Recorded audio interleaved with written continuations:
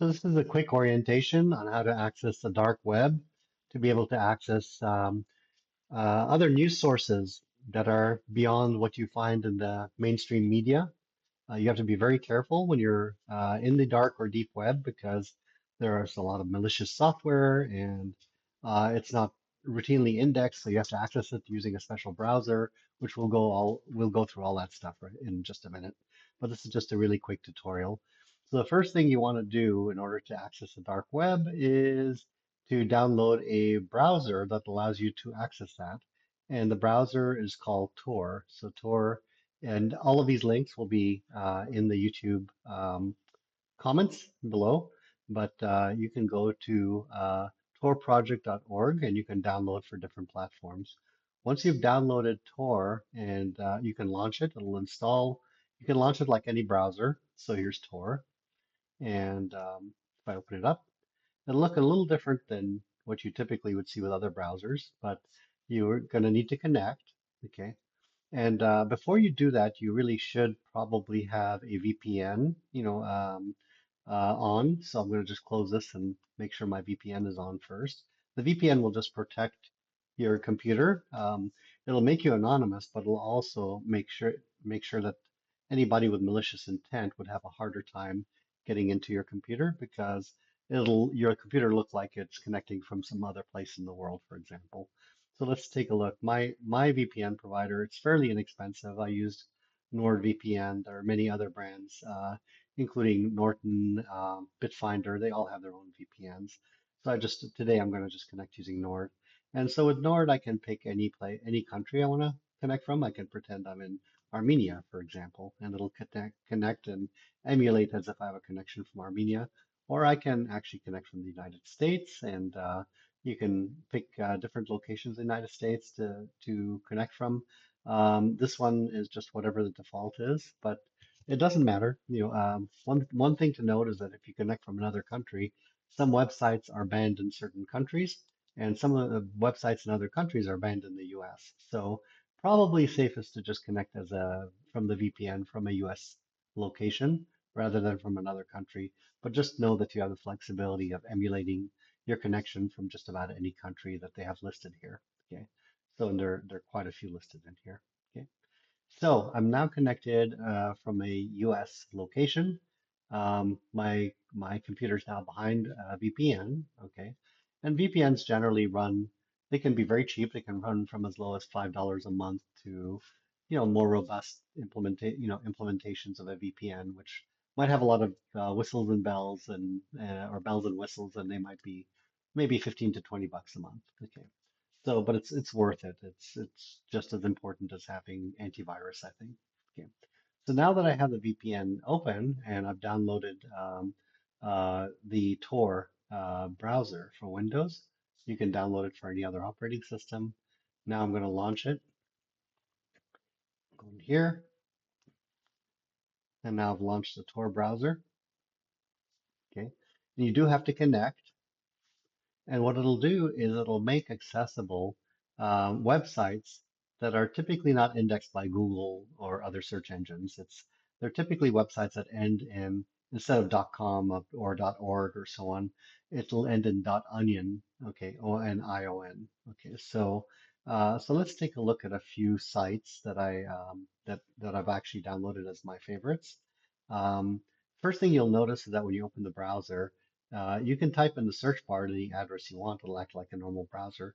Or you can search using the default search engine, which is DuckDuckGo. DuckDuckGo is pretty well trusted. It doesn't index you and your preferences. It's a pretty anonymous search engine.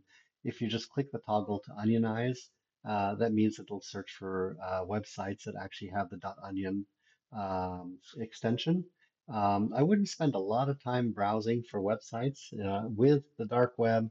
I would suggest going specifically to do a task and come back out again because it is very dangerous if you get into the wrong websites. Some of the websites are illegal. The dark web itself is not illegal, it's completely legal, but there are illegal content out there. So it could be anything from drugs or porn or murder or things like that. So you have to be very careful. However, it is commonly used to share news feeds that are maybe banned or censored in other countries or even in the US. So you may actually want to access and verify facts or information using the dark web if you know what sites are valid or trusted. And there are several sites that will give you, listings of valid sites. I picked my favorite ones to start with, and I'll navigate to some of those here just to give you an example. So, and they're usually no, I usually go to the news feed. So let's look at the ones that I've put in here. There's a BBC, ProPublica is one that I like going to, but you'll notice that it'll go to the Onion version. Now the browser is going to be a little bit slower than your normal browser because it's bouncing around between other servers before it actually opens up the web page on your computer. So it may sometimes be very fast, but sometimes it can be pretty slow. Okay, but once it opens, it should navigate and open pages just like any other browser in a reasonable amount of time. Just the first time you load it, it might take a little while to open. Okay, so notice that the URL is .onion and it's ProPublica. You can also access ProPublica, in normal websites, but sometimes if I want to verify that, I see something interesting in the news, and I just want to verify that what was said about it by the news media is consistent with what I might want to check in other sources. I might open BBC or ProPublica or, Politico and just verify that the information is consistent. What I usually do is I also look to see for recordings of events like, C-SPAN recorded sessions or news or recorded sessions with regulators or government officials and judge for myself based on what I hear from them, and then read the interpretations from different news sources to see if they align with what I've interpreted. And so it's useful to bounce around between these different news sources, but also to see the raw materials as they were recorded, if the recordings are available. In the dark web, just about everything that can be recorded is listed there, good and bad. You do have to be careful because some of it is just made up. And but if you go to reputable sites like ProPublica or Politico or BBC, you'll see the links that I gave you on the bottom of YouTube. Those are pretty safe sites to go to, and you can compare them to what you hear in Fox News or CNN and see if they jive. And if they don't, then maybe something wrong. Associated Press is in here as well, so yeah, again, it'll navigate to the sites, the .com sites or .org sites, just like a normal browser as well. So this is how you access it, and yeah, and that's really it. So in a nutshell, install the VPN, run the VPN, and then open your Tor browser, and then navigate to one of the sites that I give you the links to. These are these sites here, which are at the bottom of the YouTube comment, and and feel free to navigate there. You may want to explore other sites as well. Just be really careful because there's a lot of misinformation, there's a lot of malware. My recommendation, if you want to really stay safe, is use it as a viewer. Look at things, but don't touch things. Don't download things. Don't open thing, links that you are not familiar with.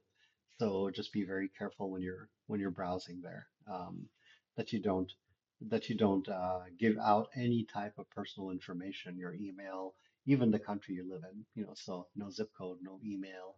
If you have a chat that you're interested in listening to, or for example, I have a few chats that I actually just kind of monitor, and if I go in some of those chats and any of them ask for an email or registration, I will not um, I will not provide that information because it can be used in a lot of different ways to as a malicious entry point into your computer, into your accounts. Okay.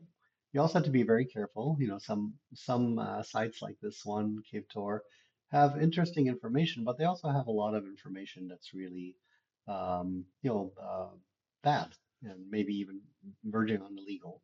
So I look around for news. I'll usually look at the news tabs, but to just be careful when you're in the tabs. And if you go to a tab that looks like it's malicious or illegal, just get out of there, and shut down that site. Okay. Um, This one is not really a very useful site. I went in there by accident to see if there's any interesting news, but it's mostly hackers and talking about, different ways that they break into computers and do weird things. And so it's not, it's just an example of a site that you probably don't want to spend time in. Okay. Um, but ProPublica is good. You can also go to, um, again, BBC, the Onion version. And so, if you click on it, it'll take, a little bit longer to open, but once it does, you'll notice it's a BBC, but the site will end in .onion instead of .com, and you'll find um, very, very similar news to what you'd find on your normal BBC access. But if at some point it gets censored or you find stories that look a little bit suspicious, you can actually go into the Onion site and see if there's more information about that story, like all the Zelensky stuff. Okay, so that's it in a nutshell. Enjoy.